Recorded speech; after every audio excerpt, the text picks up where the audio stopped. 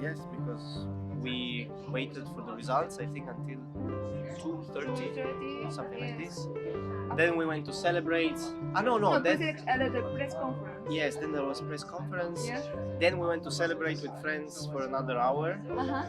And then I think I reached the hotel at 4:30. Yes. And then I just looked at my phone. It was too hot, too much temperature on the phone. Too many messages. Then I said, Just leave it tomorrow. tomorrow. And I just looked at the ceiling and I fell asleep in 1 minute. Okay. And it was not very long, but now we are here. But anyway, congratulations. Thank you. I mean, of course, it was Second, yes. and Fantastic. especially the sonata. Yeah. I'm very Yeah. happy for that. I think Zimmerman himself, Yes. listened and he loved your performance. I'm It honored. is already very, Yes. something. Very honored. There will be many. I will be very happy to come to Japan Of course. again, Yeah. and as I already did many times, Yes, of course. but now probably even more. What? Yeah. I will play for sure a lot of Chopin, but many other things as well, no doubt. And what can I say? I don't know. Okay. Chopin, let's say like this. Chopin is of this day. For me, Chopin music is like a middle point. Middle point between what happens after Chopin Yeah. and what came before Chopin. So what happens after Chopin is, let's say, all the also French music and Slavic music that got very much influenced by Chopin. I think Chopin is in a way probably one of the first, maybe not the very first, but one of the first great Slavic composers. You know, there was Glinka, there was Dargomishki, but not so many others. Of course, there were some Czech composers during the classical era, but Chopin is really, I think, one of the first people that expressed these sentiments and these feelings of this part of the human soul in music. Yeah. So he influenced for sure very much all the followers of this Slavic, let's say, musical tradition. So in Russia, in Poland, in Czech Republic, and of course very much also the French. Yeah, French, of course. Debussy was probably the greatest admirer of Chopin's music.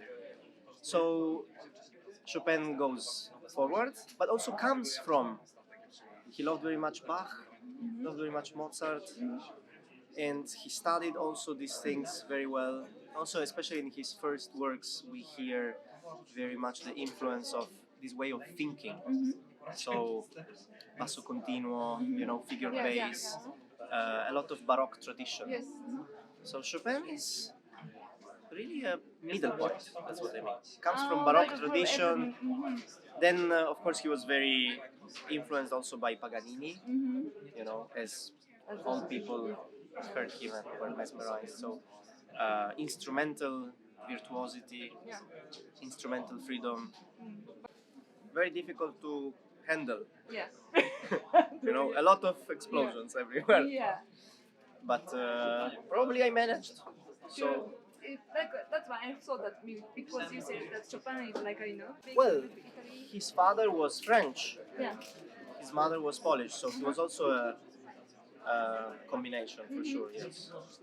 So very interesting. I mean, my program.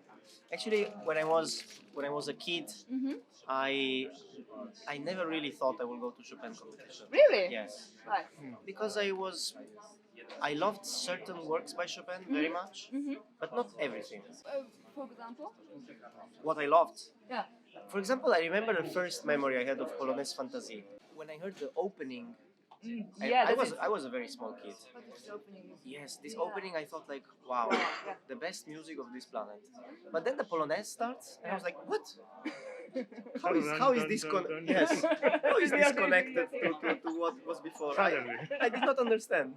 Okay. I was like, what? And for many years, sometimes I was just listening the first 2 minutes, Yeah.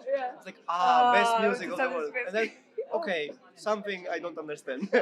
Fantasy. So yes, Real fantasy. yes. Welcome to reality. Yeah. Yeah. I like Yes. that. And then I would jump to the part I like again, Yeah. like Okay. this very melancholic. Mm. But then with time Yeah. and also with the right people around me, I was exploring more and more. Mm-hmm. I think both, especially Pavel Gililov, has been a great influence for me. I mean, he was also I know great prize because winner. I met him a few weeks ago and he was talking about you. Yes, oh well, very glad. He has been great influence for me, especially for Chopin music. Yeah. Also Eldar Nebolsin, my Nebolsin. teacher. Nebolsin, yes, my teacher now in Berlin. Maybe from different perspectives. I think both have this great quality that they don't tell you exactly just what to do. Not precise. Yes, no, I mean they tell you what to do, yes, but it's something that changes you inside. It's not just do this, do that, and then you're like, okay, no, do this, do that, but with the understanding that this can influence everything else. Ah, I see. So Also it's a your way of life as thinking. well. Also your life, yes, probably. You become more sensitive. Yes, I'm sure. And especially for Chopin's music, I think that Gililov's, just it's very difficult to describe with words. Yeah. But his feeling for, I don't know, this, how should I say,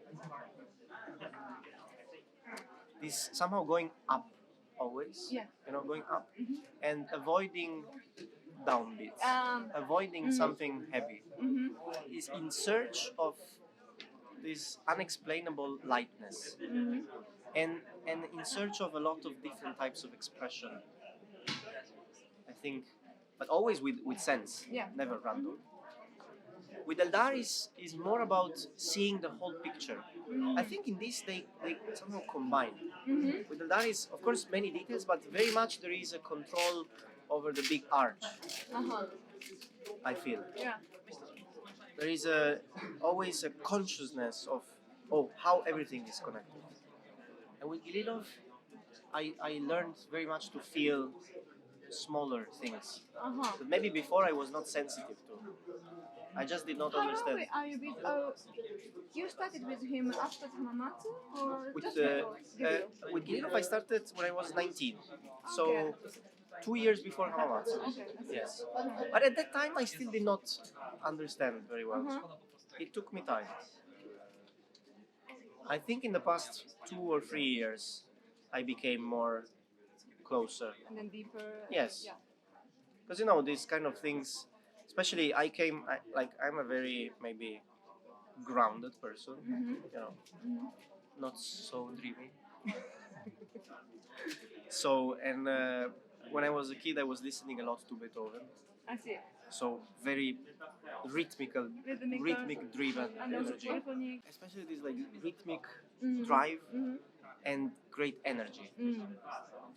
And so Beethoven was for me this like just incredible force of nature. Chopin was like maybe closer to my mother's side, Is your mother is Slovenian? Yes. Ah, okay. So, has been a journey. We always develop. We can change, We can change, Yeah. yes, a lot also. So when I was a kid, maybe I would listen more to Schumann or Liszt, Oh, yeah. especially Schumann. Schumann. Yes, Liszt for me was Liszt Sonata. Aha. Liszt Sonata, the greatest work ever written. The history of a hero. Okay. That I could listen to Liszt Sonata for 20 times in one day. Yes. Same record, same Yes, performance? yes. By whom? Horowitz. Ah. He plays in 26 minutes. Okay. Okay. So what? Like 9 hours. I think it happened. Okay, maybe not 20, but 10 yes. Okay. 10 for sure. I see. In my room, studying something and then listening to music. So, Liszt was Liszt Sonata, and Schumann was everything. Everything. I remember when I discovered this recording of Cortot, Yeah. very old recording, Yeah. playing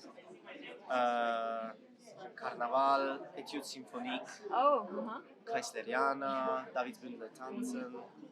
Wow, this was such a discovery. I still remember these sounds, especially Etude Symphonique. I was practicing Etude Symphonique at the time. It was a very, and so different because I liked, so coming from, let's say, Russian tradition, I like very much, of course, Russian pianists. Yeah. So Horowitz, Richter, yeah. Safranitsky. And then I listened to Cortot, and I had no idea, no? Oh, different. And I was so fascinated by it. Because so different. Such different Yeah. Approach. And, yes, different timing, different phrasing. Different timing, yeah, exactly. Yes, yeah. different sense for color. Yeah. So yes, so with Chopin, I knew maybe it's something even deeper, that I had to discover slowly. But I think now we have a good relationship with Chopin. Very good relationship, especially after yesterday. I felt very good also overall during the competition. I felt I was giving sense to everything I did. Nothing was random. So you're quite satisfied about your performances? Not always, because performance is in the moment then. Yeah, of And course. depends on many things, on, I don't know, also your physical state, State. piano, acoustics. Great, Yeah. great. Especially, I think the rounds I enjoyed the most were first, Yeah. third, Uh-huh. and also the finale. Finale, the piano changed, became more brighter. Oh, did you change something? I think yes. Well, with orchestra, Yeah, you must have a little bright. Although I didn't. I mean, I didn't. I think it's closer to my Yeah, I thought so. my heart. Yeah. I mean, I played both. But I thought you picked second. Yes. Somehow. Yeah. Because if you enter really this very intimate quality, and also I have to say that all the rounds, let's say, I played very dramatic music. Second sonata, ballad 4, ballad 2, Polonaise F sharp. Everything was very emotionally. Very thematic. yes. Yeah. So I said for the final I want to play something different. Because again, E minor is extremely dramatic and very, very emotional. So F minor is more inner conversation, and I think musically is richer for sure. Yes, I like it very much. This middle section is fantastic. I think it's a great idea because we can exchange many things, Yeah, I remember. So I will never forget, after I played Prokofiev Concerto in the finals, I went out in the foyer and we hugged all together with Kenji I remember. Miura, I know. You were with Philipp Scheuke and so many other people. Yeah. It was very beautiful. Maybe I want to learn the language at some Really? point, yes. I took some lessons during the quarantine. Really? Yes, but very basic. Very basic. Now I have to study again. It will happen. Okay, thank you. Thank you. Anyway, so this is I think interview, and Nice. I'm a sprite also. Yes. So not only this, and so Thank you so much. thank you. Thank you.